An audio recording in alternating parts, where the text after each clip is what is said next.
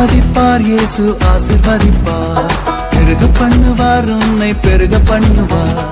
ஆசிர்வதிப்பார் இயேசு ஆசிர்வதிப்பார், பெருக பண்ணுவார் உன்னை பெருக பண்ணுவார். இன்று 2026 17 கலையில் ஏசப்பா உங்களை வாழ்த்தி ஆசீர்வதிப்பாராக. வாங்க கர்த்தர் பேசுவதை கேட். உபவாசமும் ஜெபமும் ஒரு கிறிஸ்தவ வாழ்வின் 2 கண்கள் போன்றவை. இவை வெறும் சடங்குகள் அல்ல, மாறாக இறைவனோடு ஆழமான உறவு கொள்வதற்கும் ஆவிக்குரிய பலன் பெறுவதற்கும் மிக முக்கியமான ஆயுதங்கள்.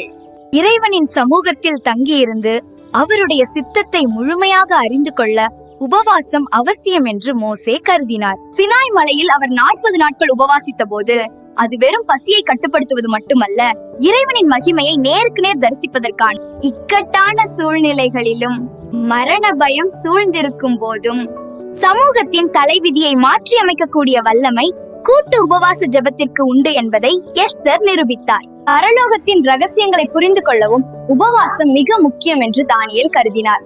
அவர் 21 நாட்கள் துக்கம் கொண்டாடி உபவாசித்த போது பரலோக தூதன் அவருக்கு தரிசனமானார். நெகேமியா திட்டமிடுதலை விட முக்கியமானது என்பதை நெகேமியா நமக்கு காட்டுகிறார். காரியங்கள் வாய்க்க செய்ய இறைவனின் கரம் கூட இருக்க உபவாசமே வழி. செபத்தினாலும் உபவாசத்தினாலுமே அன்றி மற்ற விதத்தினாலும் இந்த பிசாசு சாதி புறப்பட்டு போகாது இயேசு கூறினார்.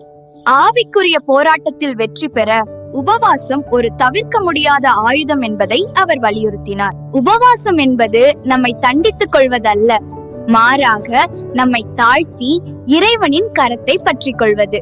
உண்மையுள்ள உபவாசமும் ஜெபமும் வானத்தின் பலகணிகளை திறந்து ஆசீர்வாதத்தை பொழியும். இன்றே உபவாச நாளை தீர்மானிக்க வேண்டும்.